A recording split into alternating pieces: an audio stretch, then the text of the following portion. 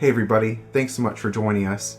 We hope you had an amazing Christmas. It was a flurry of activities for us, or I should say a blizzard. So much has happened this past week. So we're going to talk about it today. We had a Christmas celebration with my family, with Michael's family. In Michigan, and then we came all the way back. Right, and then we had a party for her dad after the Christmas party with the family. So we've had a lot going on, and we're going to share tidbits here in today's video. Starting off, we did go to Michigan for Christmas, spent Christmas Day there with my family. Our family cultures are so different, and we had really good times in very different ways. For my family, we were able to have a lot of good quality one-on-one conversations with multiple different of my siblings and my parents. With her family, we had an amazing time in a completely different way. A little more flurry of activity and little pockets of catching up between energetic children to play with. Right, still meaningful, but while we were in Michigan, again, we had a great time with my family, and beautiful Christmas dinner. Yeah, my mom, she does an amazing job with the meal. The desserts especially were amazing. Quite eye-catching this year. You know, my mom, she's always been a great, cook and baker, but the stuff she did this year, I loved the little cookies. Were they like toy soldiers or something? So much precision in them. They were just, she makes delicious cookies, and every year we have cookies, but this year she just went above and beyond in the decorating. Yeah, and they were almost too pretty to eat. I know. It felt a little guilty, but it's like, well, someone has to do it. So one thing I love, and I was glad to get the opportunity to do it, I love to get a good snowflake picture when we're up north, if I can. And I didn't think I'd be able to, just because we looked at the weather forecast for Christmas Day up north, and it's supposed to be close to 50 degrees. Warmer Christmas Day. But we went up and we hit snow on the way. I was driving, and I'm not used to driving in snow. It got a little scary there a couple times. Yeah. We saw some tractor trailers sliding off into the ditch, and then the cars in front of us were sliding off. And it didn't seem like anybody was hurt. It was just like that slow motion. I was so nervous. Yeah. Usually I do most of the driving, but I'd gotten so tired. She was taking a shift driving, and that's when we hit the ice.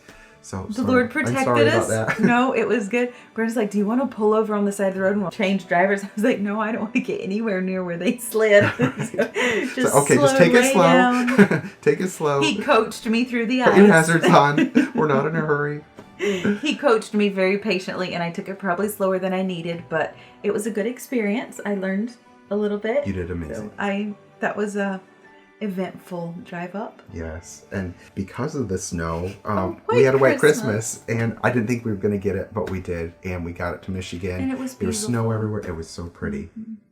But I went out one morning, and there on the top of our car, there was hardly anything, like hardly any snowflakes at all, but there were a couple. The pictures you see right now are real. It was really cool to have the experience, because this year was going to be shorter in Michigan than our normal Christmas trip.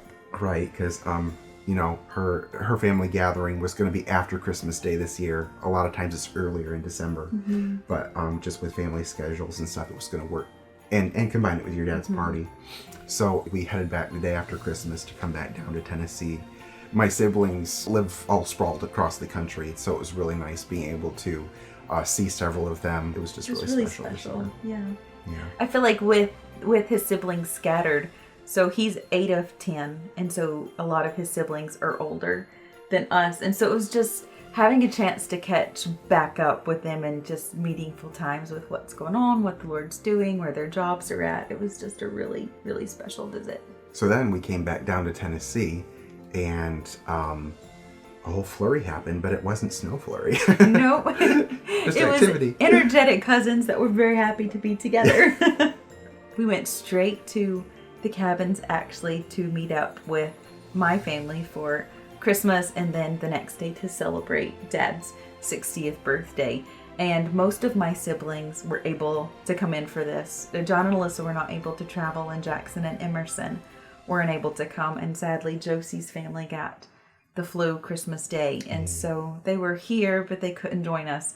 So we were missing 3, but the rest of the family was there. So we had a lovely time doing Christmas. My mom, she put so much love into Christmas for the grandkids. I mean, for her children too, but she just she doesn't just buy gifts for the grandchildren. She thinks through what would every single child enjoy and what would give them excitement, what would make them light up. And she just really... And what you could see when the kids were opening their gifts, I mean, you know, she kid nailed after it. kid, she nailed it. It was just like they were so excited about what Granny had gotten them.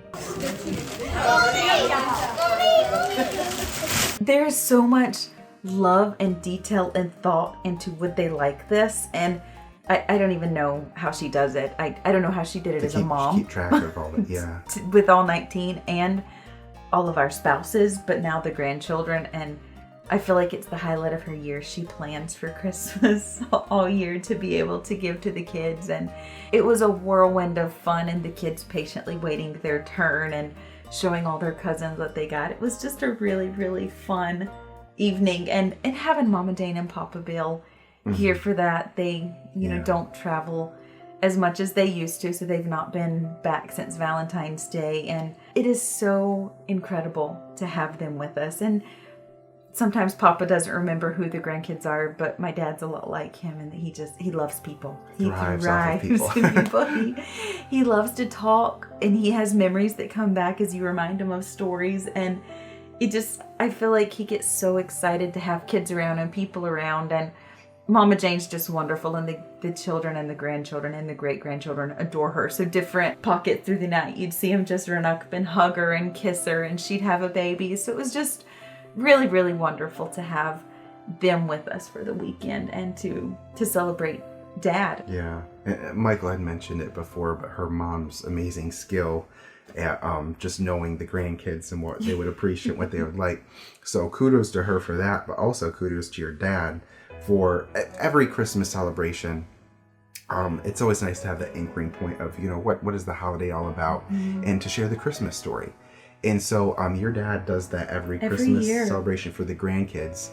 And I feel like that gets a little more challenging every year, just because the group gets bigger, but also there's a wider range to try to keep attention. And so I was just like, well, how's he going to do it this year?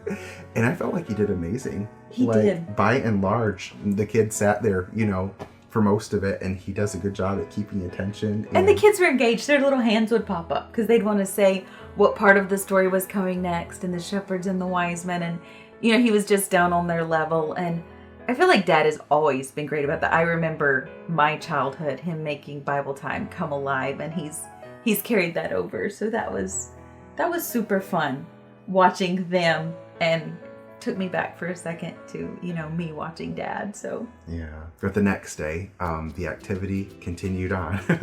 There was so much that happened with Michael's mom wanting to have kind of a devoted time of sharing and, you know, praise giving and so forth. That's the little kids, you know, with their attention span, it's just a little bit long for them to stay for the duration of that. And so Michael had the idea. We would go out on the porch on the lodge and have a cookie decorating contest. Cookie decorating, yes. Which the kids thoroughly loved. I mean, it wasn't just occupying their time. I mean, they were enjoying this, and getting to see their little faces and their little fingers put all the little, not confetti, but sprinkles. Little snowflakes and decorating gingerbread. sprinkles. They were so cute and thoroughly enjoying their time. They weren't always doing the right thing with the icing, but they were all enjoying the icing. So I feel like my mom is really good about when we have these parties to make sure that there's something for the kids and there's something for the grown-ups. And so she had purchased these cookie boxes that had all the pieces included, so it would be really easy for us to be able to entertain them, but that it would also be fun for them, because you don't want people to feel left out. So it was an activity that was engaging and exciting and new. So both parties were having fun at the same time. The cookie decorating was a smashing success. The kids loved it, but it finished relatively quickly. And so they weren't done inside when we were done with the cookies. And so it's kind of like, uh-oh, what do we do now? So you got to burn some energy. Yes, I did. Thankfully, there was a nice big hill off the side of the lodge there. And the kids were like, can we go out on the hill? Can we go play out there? So it's like, okay, I'll go watch you on the hill. And so they were having a great old time, you know, going as high up as they could and running all the way down. But for me, when Michael's with the kids, she plays smart, which means, you know, she has an idea and the kids go do it and they expend their energy. For me, I play hard instead of smart, where I have an idea and then I go do it and I lose all my energy. I don't have the stamina Brandon has, so I have to make up games that use a little bit of energy for me. Like, I'll throw the ball and who can race to get it. Right, and I need to think harder because I was running out of stamina myself. One set of kids would rest while he'd play with this set, and then they'd be totally recharged. Right, in batches, and so, you know, they were able to alternate, and there's, you know, it was so fun watching you. So after a while, I had to say, we have to play something different. I'm tired. And Layla came along, I think, and she's like, can we play Duck, Duck, Goose? I was like, that is a great game. Let's do Duck, Duck, Goose. So the older kids kept running and doing something, and all the little kids, you know, came in for a round of Duck, Duck, Goose. And after that, we did some drawing with some, what did you get? Wrapping paper? Brown wrapping paper? Mom this year got brown wrapping paper for all of her packages, and I had seen somebody else do it. It's just rolled out the paper and then you can color on it. Yeah, that was fun. We got to watch some fishing. Yes. Go on. Jeb had some fishing poles with some friends. There was a little lake there at the bottom of the hill, and they stocked that with catfish. I think it was catfish, yeah. Okay. And the little kids, you know, they weren't allowed to get too close to the water for most of the time there. So the whole time we were there, we were at this gorgeous resort, and people were in different little cabins, and then there was a huge lodge that we had all the activities and parties in. There's this big lake, but the rule had been the whole time we were there, you can't get near the pond without a grown-up. So the kids had been anticipating seeing the pond the whole day. So after our energy was expended, we were like, let's take a walk to the pond. And the excitement was so high that they were listening very well to the rules and staying away from the edge. The boys actually caught a catfish. So the very excited about it. erupted on both sides of the pond. The boys that caught it, but also such a cheer squad on our side that they had got something. I think with every year that passes, there's a gratitude that grows for my parents, because I think my understanding of what they did for us grows. As a child, I feel like I was thankful and I loved my family and I loved what we had. But then as an adult, I feel like I have a greater sense of the sacrifices and the responsibility and the different jobs that my dad worked and the different things that he learned just to make things happen. There's just a whole new level of respect and thankfulness for my parents, because I have a greater understanding of what they gave. And they never complained. That was just, they were so happy to do it. They loved their family. They loved God above all else. And they wanted to do whatever He wanted them to do and to please Him. And they loved us all so deeply. They loved to see their kids happy. They loved to invest in their kids, their grandkids. And it's just something that was so special to stop and pause to thank Dad. And it was just very meaningful family time.